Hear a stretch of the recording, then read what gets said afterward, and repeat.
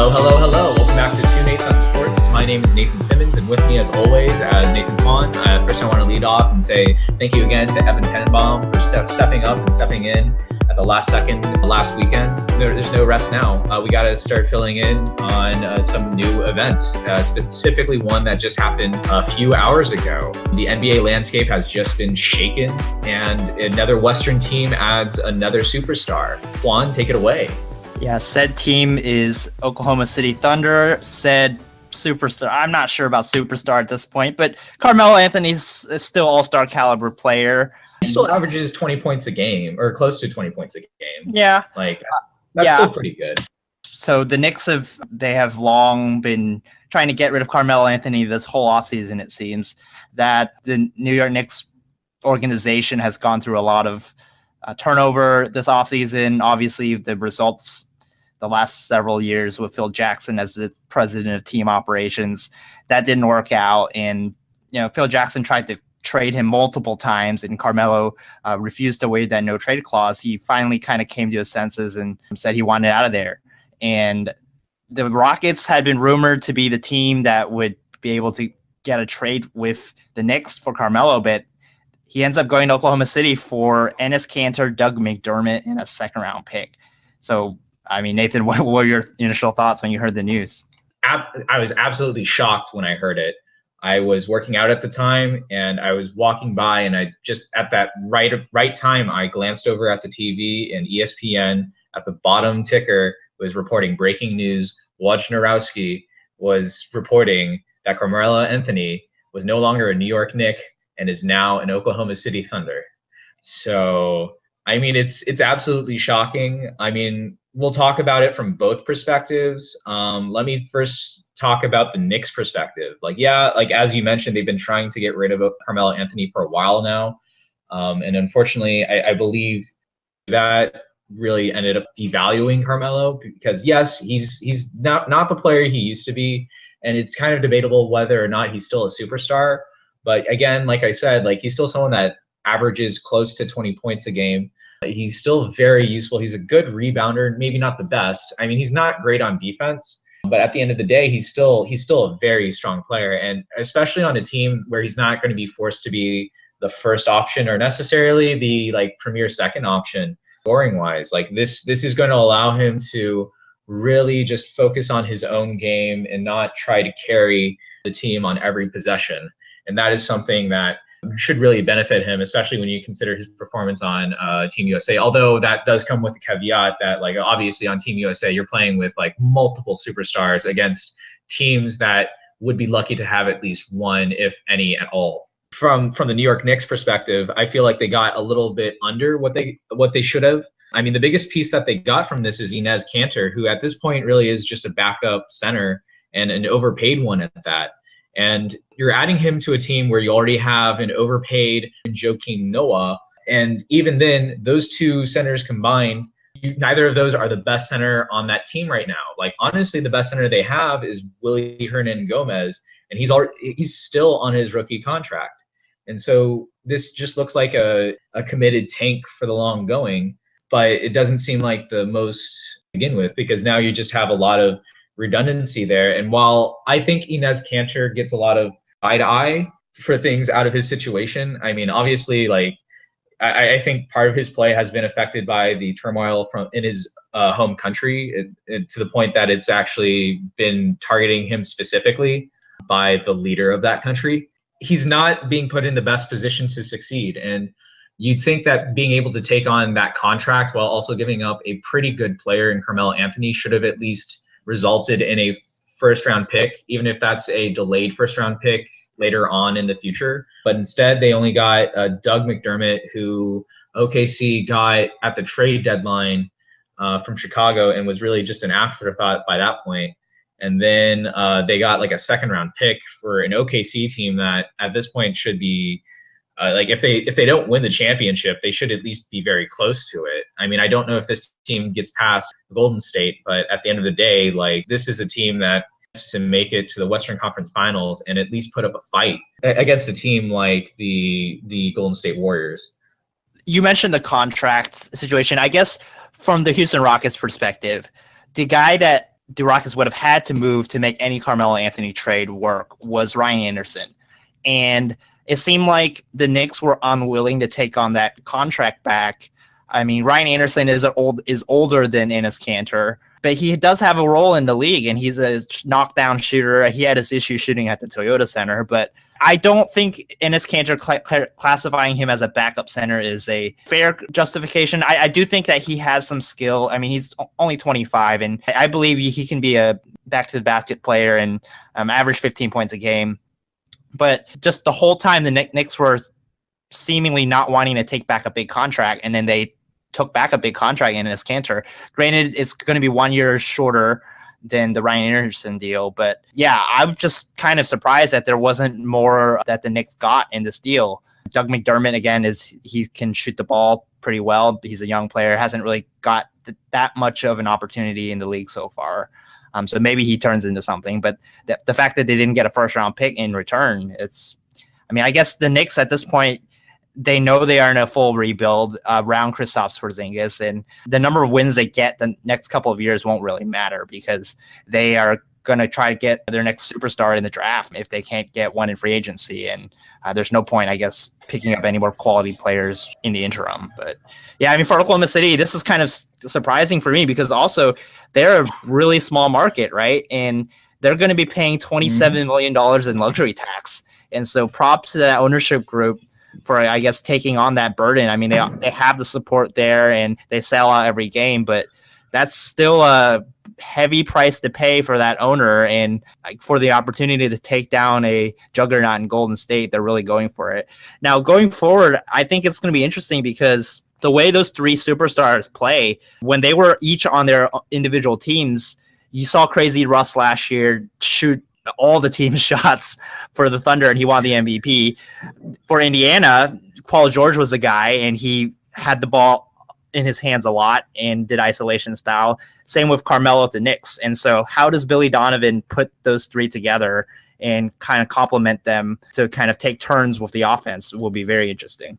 For sure, yeah. I mean, like, and going back to your point about them, like, finally stepping up and taking it into the luxury tax, I mean, some would say, like, this is sort of a lesson learned for that OKC team. Because you look at it in the past and, like, the excuse of the luxury tax was used to trade away James Harden and trade away Serge Ibaka. And once KD decided to leave the team, like, that, I think, was the light bulb moment when they realized, like, oh, we shouldn't have worried about the luxury tax. Like, that ended up biting us in the butt. Because of that, they've essentially decided to overcompensate and try to rebuild their top three again with Russell Westbrook as Russell Westbrook, but you have Paul George essentially filling in the Kevin Durant role and Carmelo Anthony filling in for Serge Ibaka, although, like, I would say, like, as a Serge Ibaka, he's not going to be as good on defense, obviously, but at least Carmelo Anthony will be a better three-point shooter and a better scorer than Serge Ibaka. Now, probably how they're going to go forward with this team is essentially they're going to try to do what they did in the 2016 playoffs and have each of those players try to fill that role. Now, that being said, this team now doesn't seem to have as much depth as they did prior with that team, especially now that they traded away their best depth player in Enes Kanter. To me, this isn't just necessarily about upending the Golden State Warriors, but this is about convincing Russell Westbrook that this team is doing everything in its power to make sure that they build a contender in Oklahoma City, and that what they want to do is make sure that he stays long term. And they don't want another situation like Kevin Durant, where you have your franchise player bolt to go and join the big boys and leave you in the dust. Yeah, I don't.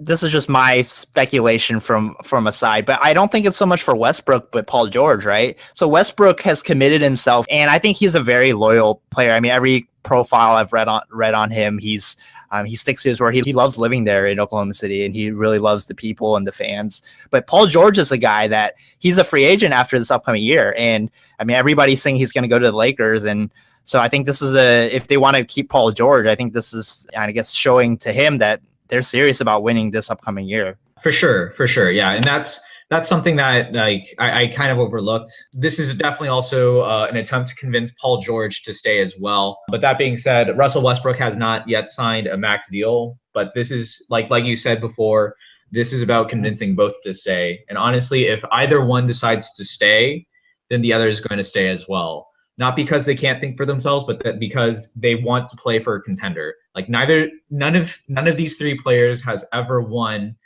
a championship, and that's the one thing that they really need. They've got the money, they've got the shoe brand that they want, they've got the recognition, but they just need a championship. And if they can win it in OKC, and if they believe they can win it in OKC, they are going to stay in OKC. And that at the end of the day, if they're able to keep a winning team together in OKC, they're going to keep selling out game after game after game. And that's what they want to be doing there. That's how this team is going to be able to pay for the luxury tax. And that's part of the risk. But that's also, they backed themselves into the corner by refusing to pay it when they had such a clear opportunity to win the championship back in the day. Just from the Rockets' perspective, so a lot of fans, media, were looking toward that Carmelo, Chris Paul, James Harden trio. They had done some workouts together, played some games together over the summer, and they were excited about that potential trio coming together. But I guess, we'll never know how it would have turned out at this point, but part of me, maybe it's just the cautious person in me, is kind of glad maybe this is over, because maybe I'm just not that high on Carmelo as a player anymore and how he would have fit in with James Harden and Chris Paul. I think you would have had to lose some depth on your team with Ryan Anderson and or Eric Gordon or Trevor Ariza, two of those three probably having to be traded. And so I guess I'm kind of viewing it positively as potential bullet dodged, but I guess we'll see how it ends up with CP3 and James Harden going forward this year. And let's move on now to the NFL. Past week, basically a switch of positions for the two Texas teams. One team won, one team lost, and surprise, surprise, it was the Cowboys that lost. Let's talk about that. So I was able to see this game, and it was not pretty. From the get-go, this team struggled to move the ball. Let me at least say this first.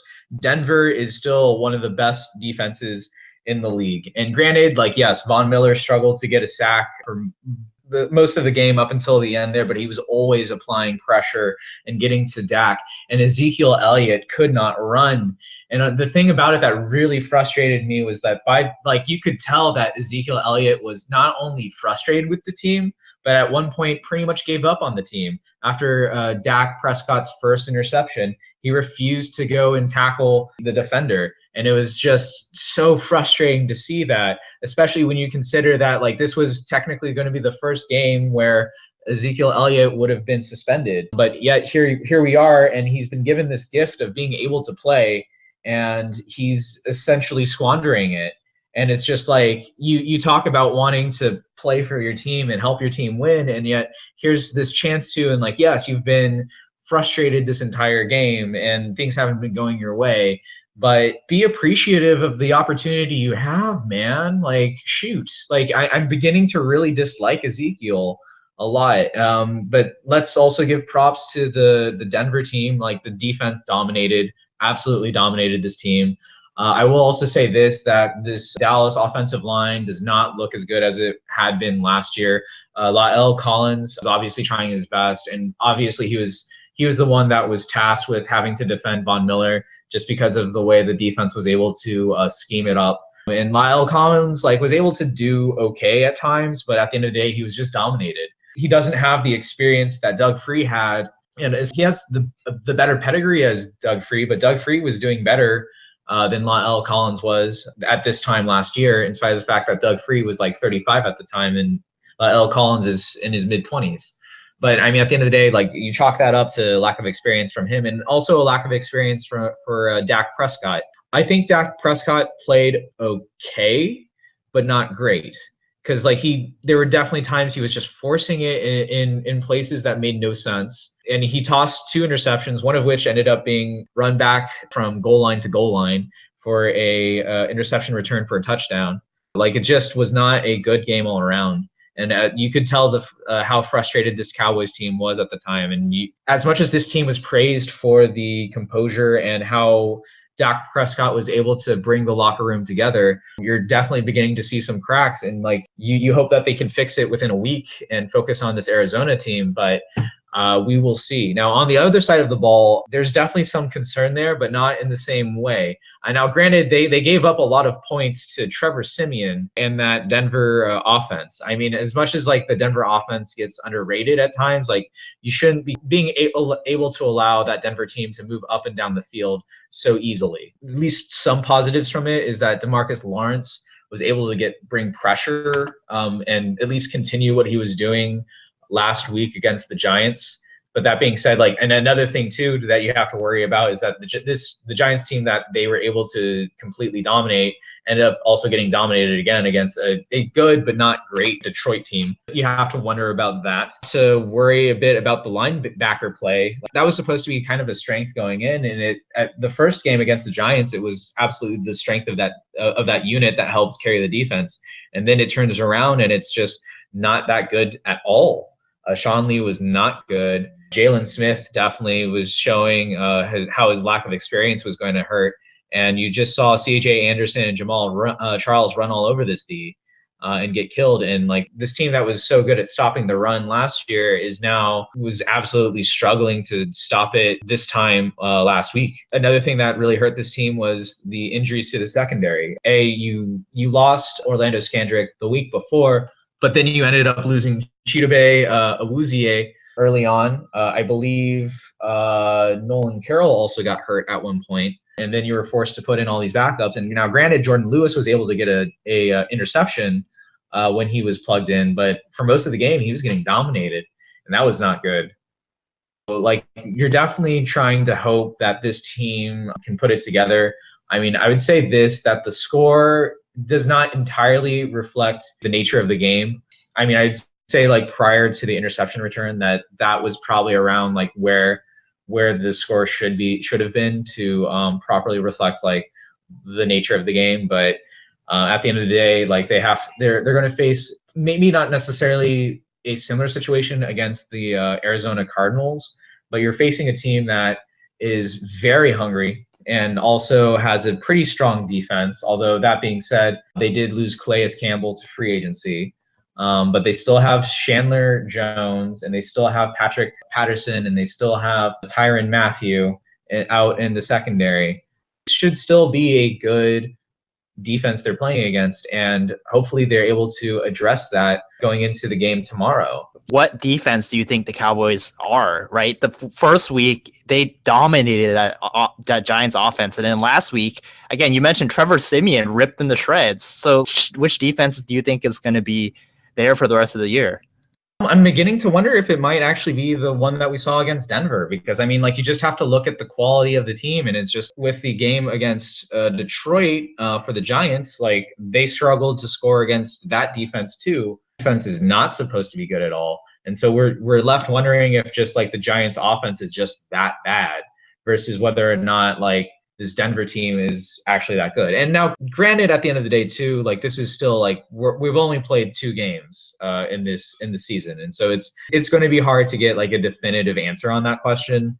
But I mean, if I had to pick between the two, I'm going to lean towards the most recent one, and like that might just be because of who do you think wins this week? I think Dallas does. My big fear is just going to be whether or not they can get pressure on Carson Palmer. Carson Palmer is technically a better quarterback than Trevor Siemian, but like the thing about Carson Palmer is that he struggles to get out of the pocket due to his old age, and Trevor Siemian at least was a bit more mobile. And then on top of that, like Arizona lost David Johnson, and so they don't really have much of a running attack versus the Denver team that had like a two-headed monster, or not two-headed monster, but a two-headed prong of Jamal Charles and C.J. Anderson, who were both pretty serviceable running backs at the very least. And I would say C.J. Anderson's good, and Jamal Charles as your second running back is an elite backup running back. So I would say the Cowboys probably win this one. But it's going to be interesting to see, if this offense can bounce back and like get over whatever lack of trust they have amongst each other right now. Because I mean, like what Ezekiel did is going to get talked about, has already been talked about multiple times in that locker room. I guarantee you that. Like that some veteran has to step up and take him aside and say, hey, we will do everything in our power to protect you, but you can't just sit there and throw your hands up in the air and be frustrated and not do anything to help your team when you're on the field. Like, yeah, that's just ridiculous. It's a maturity thing, and that's every young player has to go through that, and he clearly isn't there yet. But yeah, I'm gonna pick the Cowboys to win again. I think they get back to running the ball. I'm not that impressed with the Cardinals so far this year. They had needed overtime to beat the Colts last week. The Colts, the same Colts that got absolutely humiliated in Los Angeles by the Rams. So I think they go back to running the ball. They control the clock, keep Carson Palmer off the field, and their defense bounces back a little bit. Yeah. I don't think they're that bad as they were last week. That's fair. Yeah. I mean, like, I guess I'm tougher on this team since I feel like it's my team, but yeah, I mean, I hope you're right. All right. Do we have to talk about the Texans? You can touch on them. Yeah. I mean, like you guys talked about it last week. Going ahead into this game against the Patriots, they're a 14-point underdog. I don't think there's any Texans fan that actually believes they have a chance to win. Or you can cover, honestly. Right. If you're going to say keys to the game for the team to keep it close, I think they need to run the ball, obviously, and play good defense. I mean, last year in the playoffs, that defense played a hell of a game, and it frustrated Tom Brady. I think he had like 2 interceptions in that game, and he was around 50% completions. He didn't look comfortable back there, and Jadeveon Clowney and really dominated, and the secondary was good as well. And so I think they're going to have to, I mean, whenever you beat the Patriots, you have to get pressure on Tom Brady, and there's a lot of injuries in the secondary. Right now, Jonathan Joseph's out, Kevin Johnson's out, so it's going to be a lot of pressure on Kareem Jackson as basically the alone, I guess, experienced starting corner there. So the front seven needs to have a hell of a game as they did in Cincinnati. On the other side of the ball, keep running Deshaun, man. No, this is not going to be a good game. 49-yard touchdown runs, man. It's not going to be a good game for Deshaun Watson, I don't think. Bill Belichick in that defense. Granted, they looked terrible in week 1, but like last week they looked a lot better. And Bill Belichick, I think, is 8-0 all time against rookie quarterbacks. Watson in the passing game has been going exclusively to DeAndre Hopkins, and I think they're just going to take that away, and I think he's going to have a tough time. So I'm not expecting much. I just hope that offensive line keeps Watson healthy and we get out of there without any major injuries. But yeah, I feel for Deshaun. Like, I mean, like he's someone that clearly wants to win and is trying everything he can to help this team win. And it's just like he's really not getting much help on that offensive line. And like literally, it was because of his ability to scramble that this team was able to squeak out a win against Cincinnati, which is really, that Cincinnati team is so bad. Good Lord. Yeah. You just hope that like Deshaun gets out of that game without any injuries. Like, I mean, like you just pray for that. I'm hoping nothing bad happens in that game. It's just like, you know what? Like, yeah, maybe they get crushed, like metaphorically, but please not physically. Good Lord. I guess it's kind of a narrative that's been going around the league and in Houston as well, that Bill O'Brien, I mean, he's not the second coming of Vince Lombardi, I think, but with the talent level that he's had on the offensive side of the ball, I think he's squeezed every ounce of lemonade out of that lemon. And I think that's squarely on the general manager, Rick Smith, how many draft picks he's missed on. And this past week, there was another one where they released wide receiver Jalen Strong, a 3rd-round pick of several years ago. He was suspended for the first week. He had issues with marijuana, but with the amount of injuries with the wide receiving core on this team, you're just getting Will Fuller back. Braxton Miller's not 100%. The fact that you just released Jalen Strong, and he had a pretty strong preseason, that just shows you they don't think his talent level is good enough to be a wide receiver in the NFL. And that's another 3rd-round pick that you wasted on a guy that basically had no impact for your team when he was he's out there. And I'm going to keep banging the Fire Rick Smith drum until it gets done, but somebody's got to take responsibility for the talent evaluation in the middle rounds of these drafts. Let's talk about MLB. Yeah, so the Texas Rangers, every time you think they're completely done, they kind of surprise you. How did they do this week? They're still somehow, barely, but they're still alive in the wild card race. Like, you know that zombie reference I made to like, you know, like the monster in a horror film that just never dies? Well, that also applies to the Texas Rangers. So they lost the series to the Los Angeles Angels. The pitching looked good, and Gallo hit another home run, and that's pretty much it.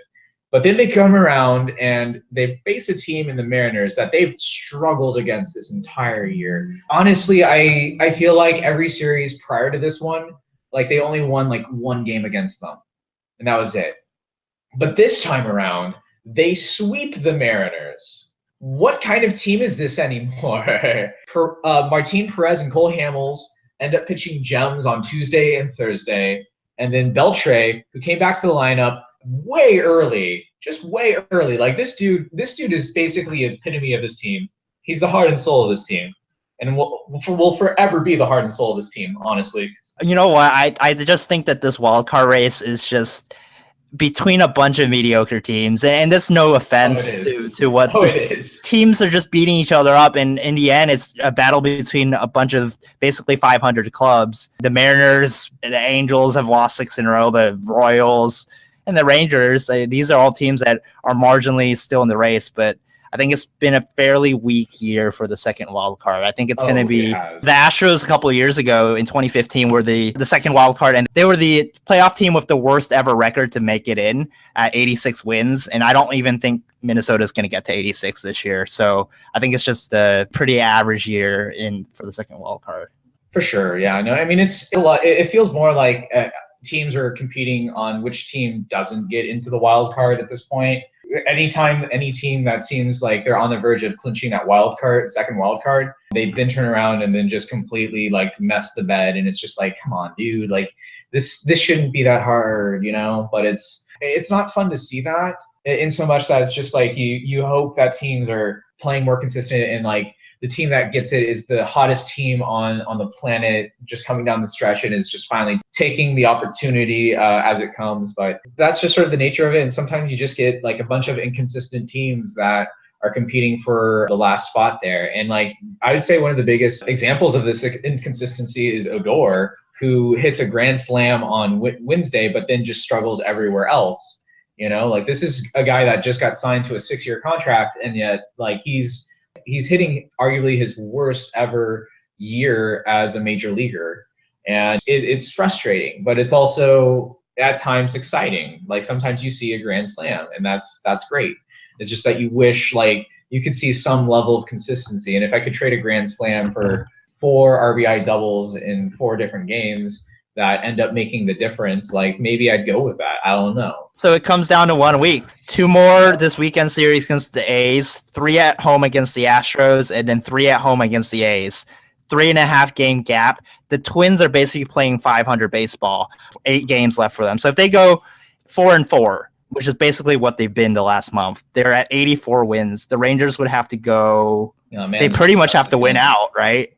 Yeah, pretty much. Can that happen? No, just flat out no. I mean, like, I enjoy the fact that they're trying so hard, and like they're actually producing like some really good baseball. Honestly, I appreciate the season that they've put out in spite of everything. And this is something that me and Evan have talked about off the podcast. But like we see like Rangers fans complaining about how this season is such a disappointment, and how, oh geez, this team should be ashamed of the effort they put forth. And I'm like, how do you not remember like how bad this team was in the 2000s? They weren't fans back then. Exactly. Yeah, that's a good point. And it's just like, come on, at least be thankful for the fact that they're still in the wild card hunt, and you get to see a playoff chase with your team in it. Okay, be thankful for that, at the very least. At the end of the day, too, like I can't worry about people having a negative view on something that I enjoy. And if that's what it takes for me to enjoy this, then I'll do it. Yeah, I would say it's possible, but the Astros have been playing a lot better lately, and you guys can't seem to beat Oakland. So, no. And the Twins have 5 more games against the Detroit Tigers, so that doesn't really help things. But yeah. Do you want to talk about the Astros? And I guess congratulations are in order. Yeah, thank you very much. Evan said I was preemptive in my declaration that they were AL West champs, but they ended up winning, I think, a couple hours after we recorded last week. They won their 95th game today. That's the 4th highest total in team history. So this, again, is a historic season for the Astros. And again, as I mentioned earlier, they've picked it up recently. The only problem is the Indians aren't losing. They aren't cooperating. So I don't think they're going to catch them for the home field advantage throughout the AL playoffs at this point, because they just refuse to lose. I think they've lost only 2 of their past 29 games. But as far as the pitching, it's looked really good. The top of the rotation led by Justin Verlander. I think Justin Verlander has given up 2 earned runs in 29 innings. He's 4-0. So I think that trade's working out pretty well right now. Dallas Keuchel's also been pretty good. You think he's going to be the number 2 starter at this point. But also the rest of the rotation, I think there's a real competition for those final 2 rotation spots in the playoffs. Lance McCullers, you don't know about his injury status. So guys like Brad Peacock, Colin McHugh, and Charlie Morton are really stepping up, and all 3 picked up wins in their starts this week. So it's going to be interesting who gets those rotation spots, who gets to go to the bullpen, and then who might not even make the postseason roster. We have one more week to find out who those people are going to be. It sounds like the trade for Justin Verlander was exactly what this team needed. Like, not only just getting that extra like starting pitcher that's ace quality that can take the pressure off Dallas Keuchel to be perfect in every start, but on top of that too, it seems to have really inspired this team to start showing, hey, this team has a chance to win it all. And this seems to have also inspired Justin Verlander to go, oh, I'm playing on a winning team now, and I can actually win a World Series now. Yeah, and I also think that everything just coming together, Hurricane Harvey hitting, and the huge amount of support and coming together. They have the Houston Strong patch on their jersey. And then to have that emotion, you're doing it for the city that suffered through all this devastation, and then you bring in Justin Verlander. I think it has to be a psychological boost, because it shows your team that, wow, we have a guy that has been there, done it in the playoffs, and it's definitely elevated the play of some of the other guys that had really struggled throughout August. And I mean, we're seeing it offensively as well. Josh Reddick and Yuli Gurriel this past week were on fire. The only guy who's kind of struggling is Carlos Correa, and again, that part of that is just getting back his timing after the long layoff due to his injury. And so that's kind of the only big concern offensively that I have going into the playoffs. And Correa has, I guess, one more week to kind of work his way back, because he's going to be hitting cleanup every night in the playoffs, and we're going to need his production. And he had 2 RBI today, so that was a good sign. Yeah, good vibes right now with the team. They're trying to chase down the Indians. I don't think that's going to happen.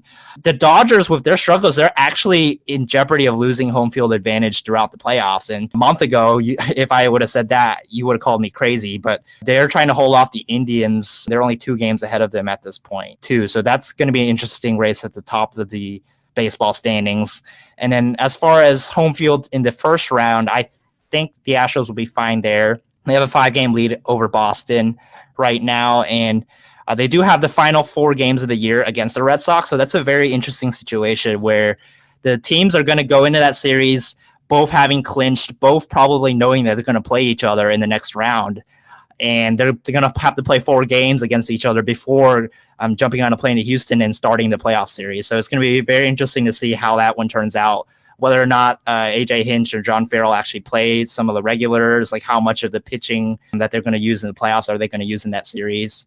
Yeah, one more week in the season and on to the playoffs. Yeah, for sure. Yeah, this is going to be, I think I'm actually excited for the playoffs this year, even if the Rangers can't make it. I think there's just going to be a lot of like really interesting teams going in. I mean, you have the Houston Astros, obviously, and then you obviously have the Cleveland Indians, who nearly upended the streak that was famously a product of Moneyball back in 2001, I want to say. Yep. 2001. Yeah, 2001 with the Oakland Athletics. So you have those teams, and then you have the New York Yankees, who have been resurrected by the wonderkind and Aaron Judge. But also, obviously, like that rookie class right there is like making me very angry that the Yankees seem to have correctly rebuilt, and I'm like, gosh darn, this stinks. And you also look on the NL, and you have the Dodgers, who, I mean, like, yeah, they're definitely in jeopardy of losing it, but like they're still a good team with like obviously Clayton Kershaw, Yu Darvish, and all the young prospects money can buy, as well as all the young prospects that you can get by being smart and responsible with your scouting and having the best scouting department that money can buy. So, yeah. Washington Nationals with their long World Series drought. A lot of teams with drought going into this postseason. And you also have the Cubs, who are the defending champs, but they haven't looked strong this year. But we'll see if they can turn it on when it counts the most in October. And they were able to do it last year. And, champs don't die easy. So, but also teams hard charging, like St. Louis, they've just been kind of 500 the whole year. And they've been charging lately, and Milwaukee's also in the mix. So whether those teams can catch Colorado, which is them in Arizona, has been a foregone conclusion the whole year as the National League wild cards. So and those are two teams with droughts too. So yeah, well, not St. Louis, but the other two. I hope St. Louis fails. So in everything, let's then move on to a little bit of college football talk. I'll give you my view on the Texas game. I was able to see it last weekend, but wasn't able to get on the podcast. So I'll say this: this Texas team seems to have finally sort of started clicking under Tom Herman. We have a very interesting quarterback controversy now that Sam Ehlinger has performed at the highest level against one of the highest teams in one of the hardest places to play. And so it's going to be interesting to see what happens between him and Shane Buechele, because at the end of the day, if Shane Buechele loses this quarterback battle, then Shane Buechele is probably transferring. Sam Ehlinger stays, then he may transfer, or he may just wait it out. What? Who do you think you would pick if you were Tom Herman? Who would you go with? I'm not Tom Herman because I can't see the practices. That's a good question.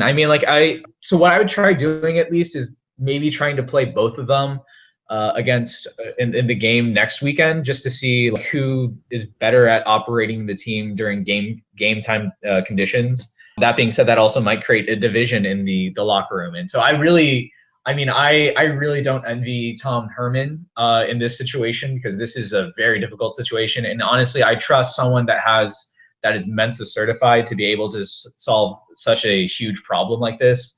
So he better use that brain to good use. I'll just say that. Now, that also being said, this defense also deserves a lot of credit for able to put on a Sam Darnold, who, for all intents and purposes, is competing to be the number 1 overall draft pick. And he didn't hurt his stock at all in the game against UT. If anything, he was able to lift it up with his ability, limited amount of time, and showing such composure while doing it. But that being said, this Texas team, there were so many times that USC could have pulled away because of a mistake that Sam Ehlinger did, or a turnover that the UT offense did. But instead, UT defense was able to hold up and actually get sacks that put them out of field goal range. And we're doing pretty well up until the fourth quarter, when the levees broke essentially, and they were unable to hold back the might and the force of Sam Darnold. But even still, they were able to make it to second overtime, and that is something to look upon and be very proud of. And if anything else, and especially more so than that, their actual win against San Jose State, this serves as a building block going forward program. And now you can sort of see the light at the end of the tunnel. And this does not feel like a fake victory in the same way that the Notre Dame win, because it feels like this USC team had something to prove, and also is a very good team. And we took them, and this UT team took them to the edge, took them to the end, took them to the ropes, when they had pretty much no reason to be doing that beyond just pride and wanting to prove that they're more than willing to rally around Tom Herman. And the fact that they were able to do that speaks volumes to how much this team cares about each other, and about winning, and about wanting to make their coach proud. I think this is a situation, the quarterbacks, I'm not sitting there watching the practices either, but it might be like the Texans with poor offensive line play, and they lost their All-America Connor Williams to ACL surgery this past week, where, like the Texan situation with Tom Savage being a statue back there, Deshaun Watson has that elusive escapability with a poor offensive line in front of him. I think that might mirror what's going to happen here. Ehlinger is a little bit more mobile. You saw some runs in the fourth quarter, when that key fourth down where he dove over backwards for that first down. If he can work better with that bad offensive line in front of him, I think that might be the route that Tom Herman goes. But we'll see what happens. If the O-line can play better, I do think Shane Buechele at this point in his career is a more accomplished passer and can make more plays down the field. This game against Iowa State on Thursday night, who are you going to take? This is dun, dun, dun, dun, dun, dun, dun, dun. Texas, man. Yes, Texas. I hope you're right. I mean, it's going to, again, the defense, is it going to be the defense that played against Maryland that gave up 51 points? Because Iowa State's offense, I mean, granted, they haven't really played anybody so far this year, but they did put up 41 against Iowa. That's a Big Ten team. And they put up 40 plus points in the two other wins as well. So if the Texas defense against Maryland shows up, that's not going to be good. But I'm going to pick Texas as well, because I do think that the way they stepped up against USC, they should be able to do that against a less talented Iowa State team. For sure. And in other news with NCAA football, Florida State did get upset to NC State. So the number 12 team has fallen. TCU beat Oklahoma State 44-31. And so TCU should now jump all the way up to the top 10, and it should be in good state, in a good position to level up and be competing for a spot in the playoffs. Yeah, shame on me for calling TCU an average team in the preseason. Gary Patterson, he's one of the best coaches in the country. No doubt about that. You can never doubt that man. He's a wizard. He's truly a wizard. Earlier today, local note, University of Houston and Major Applewhite, the head coach, they fell at home to Texas Tech. So Tech's defense actually played pretty well. I caught bits and pieces of that game. Kyle Allen struggled, and he actually got benched for UH. But yeah, we'll see if Texas Tech can bring that good defense into Big 12 play. Obviously, they are not known for that. But, I mean, they're off to a 3-0 start. So we'll see. Cliff Kingsbury, obviously, on the hot seat in Lubbock. See how many wins he can muster out of that squad.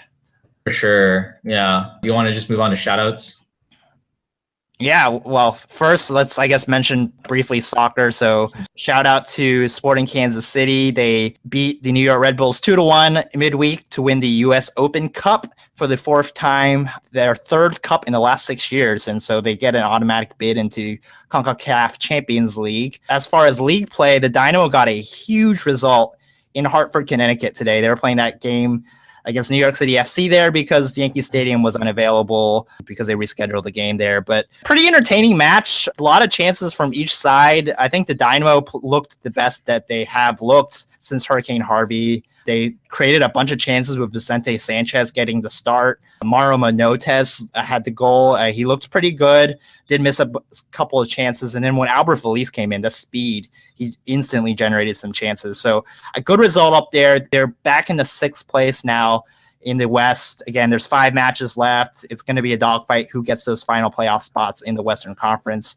1 point back is FC Dallas. They play tonight in Minnesota. Their struggles have been well documented this year. They have a month and a half to turn their season around, and they're playing a bad team in Minnesota tonight. So they need to get a result for sure, if not a win. The Dynamo also next week, they have 2 huge matches against 2 bad teams. So LA Galaxy come in, and then Minnesota FC come in as well. So that needs to be 6 points at home because they have 2 more matches against Kansas City later this year, and that's a really good team. And the Dynamo need to beat up on the bad teams if they're going to make it to the playoffs this year. But also a shout out for me is Jose Altuve, winner of the 2017 Lou Gehrig Memorial Award, given to a player who exhibits character and integrity of Lou Gehrig, both on and off the field. So Altuve's front runner to win the American League MVP, and the joy he plays on the field. Congratulations to him for winning that Lou Gehrig Award. Yeah, absolutely. Yeah, well deserved as well. And honestly, Jose Altuve has been sort of this like symbol of like the great power of Houston. People might underestimate it at times, but like they get the job done. And it's nice to see MLB as a whole sort of recognize him for his work, and as well as the work that he's done in Hurricane Harvey relief efforts. So definitely well deserved. Also, shout out to Jose Trevino, who's a Rangers minor league catcher, because he won a minor league Gold Glove. And so, team has been well documented as having trouble ever since really like Gerard Saltalamacchia back in the day when they seemed to have like multiple prospects that could become great catchers in like Taylor Teagard and Gerard Saltalamacchia, and none of them really seemed to pan out all that well. But hopefully this Jose Trevino is able to break that, because not only does he have a great glove, but he's also a very solid slugger. So hopefully he can get to the team pretty soon. Right now he's scheduled to make it by the end of next year or early 2019. Also, a shout out for the Tour Championship. Justin Thomas is tied for first at -7 with Paul Casey and Webb Simpson. And Spieth is 4 shots back at -3 with Dustin Johnson at -3 and John Ram -6 and Leishman at +2. It's interesting to see that Spieth is at -3 right now, because prior to that, he was over 2.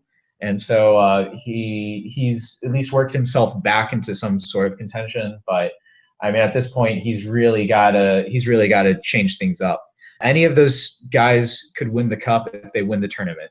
That has just been listed. So good luck to each of them, and I'm sure that each one is well deserving of the Cup as well as winning the tournament. Yeah, and finally, just rest in peace to Robert Graves. He was a high school football player here in the Houston area, actually in Fort Bend for Hightower. He died this past week due to injuries he suffered while making a tackle in a FCS football game. So again, greater ramifications, I guess. Is just football is a dangerous sport. This news this past week with Aaron Hernandez found he had CTE. And I think that's a question that is probably going to be needs to be addressed in the upcoming future. But just a rest in peace to Robert Graves and his family. But I want you guys to visit our website, twoNatesOnSports.com. Also like us on Facebook at @2NatesOnSports. Subscribe to our YouTube channel as well as iTunes, Stitcher, and Google Play Music, where you'll get a notification as soon as we release our new episodes. Also, you can send us any comments and suggestions to our email at twoNatesOnSports@gmail.com. Nathan, great to have you back, and I'll talk to you next week. Talk to you then, but also I want to give one more shout out to both you and Evan Tenenbaum. Again, I want to say thank you so much for the support the past week, and y'all are amazing friends, and I am so lucky to have on you guys as my friends, and I hope I'm as supportive of you guys as you are to me. I just want to say thank you guys so much again. No problem.